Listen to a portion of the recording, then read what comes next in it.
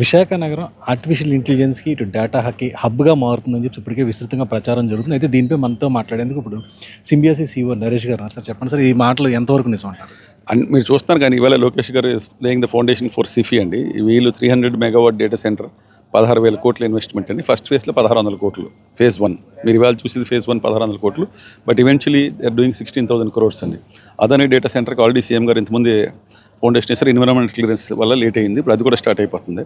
అది కాకుండా టీసీఎస్ వాళ్ళు అనౌన్స్ చేశారు, విశాఖపట్నంలో పెడతారు. అది 10 గిగావాట్ డేటా సెంటర్ అండి. అది కూడా ఇంచుమించు 60 నుంచి 80,000 కోట్లు. అలాగే గూగుల్ సంస్థ కూడా విశాఖపట్నంలో ఆల్రెడీ ల్యాండ్ కూడా వాళ్ళకి చూస్తున్నారు. వాళ్ళు కూడా 1 గిగావాట్, అది కూడా $10 billion అంటున్నారు. 10 బిలియన్ అంటే 85,000 కోట్ల రూపాయలు పెట్టుబడితో విశాఖపట్నంలో they are setting the biggest data centres. ఇప్పటికీ కన్ఫర్మ్డ్గా 4 డేటా సెంటర్స్ వచ్చినాయి విశాఖపట్నానికి అనౌన్స్మెంట్స్. ఈవేళ గ్రౌండ్ బ్రేకింగ్ అదానికి ఆల్రెడీ గ్రౌండ్ బ్రేకింగ్ అయిపోయింది. ఇవాళ సిఫీకి కూడా గ్రౌండ్ బ్రేకింగ్ అవుతుంది.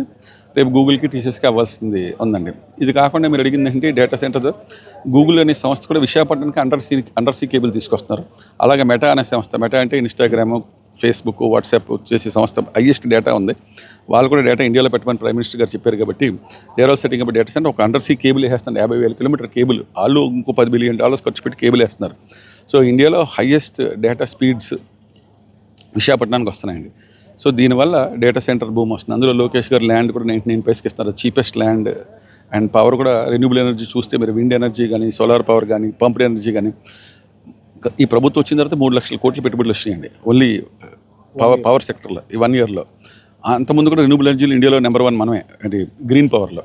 ఈ డేటా సెంటర్స్ కూడా పొల్యూషన్ ఉండకూడదని గ్రీన్ ఎనర్జీ మీద ఇప్పుడు గ్రిడ్ కనెక్టివిటీ అయిపోయింది. కాబట్టి మీరు రాయలసీమ నుంచి కానీ ఎక్కడైనా మన ఆంధ్రప్రదేశ్ ఏపీడీసీఎల్ గ్రిడ్ ద్వారా మనకు పవర్ ఇక్కడికి వచ్చేస్తే ఆ స్టేట్ గవర్నమెంట్ అది ఫెసిలిటేట్ చేస్తుందండి చాలా తక్కువ రేటుకి.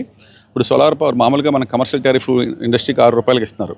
Solar power, wind power ₹2 తయారైపోతుందండి. ఇప్పుడు వాళ్ళు ఓన్గా పెట్టుకుంటే ఆ ₹2 వాళ్ళే వాడుకుని పర్మిషన్ గవర్నమెంట్ ఇస్తుంది.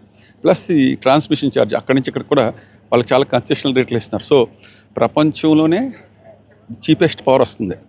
ప్రపంచంలో ఏ గవర్నమెంట్ ఇవ్వనంత రేటుకి ల్యాండ్ ఇస్తున్నారు. 99 పైసలు ఇంకెవరు, ఎందుకంటే చౌక ఎవరు కదండి.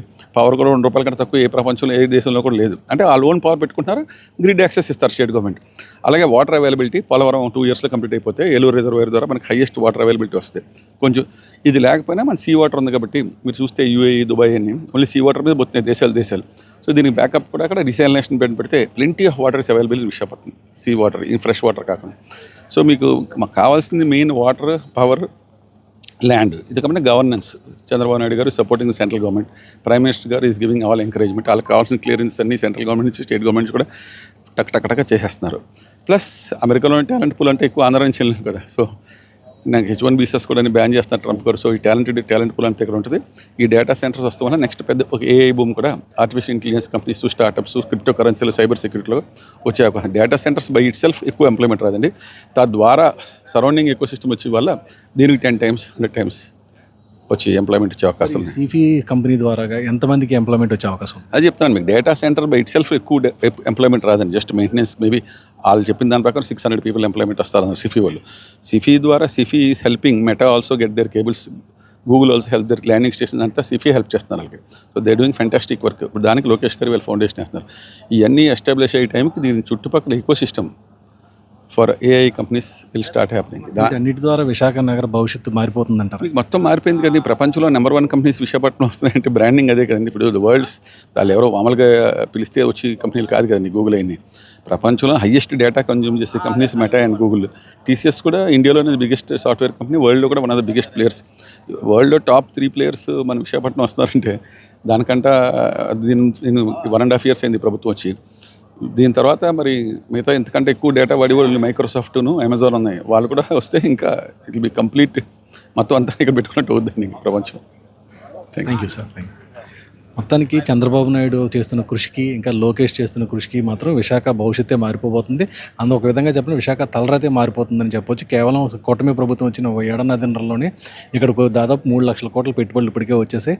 ఇంకా భవిష్యత్తులో ఇంకా మరిన్ని రాబోతున్నాయని చెప్పేసి మనకు ఇప్పుడు అది వరకు అర్థమవుతుంది. కెమెరా పర్సన్ మౌలానాతో దుర్గాప్రసాద్, విశాఖపట్నం నుండి.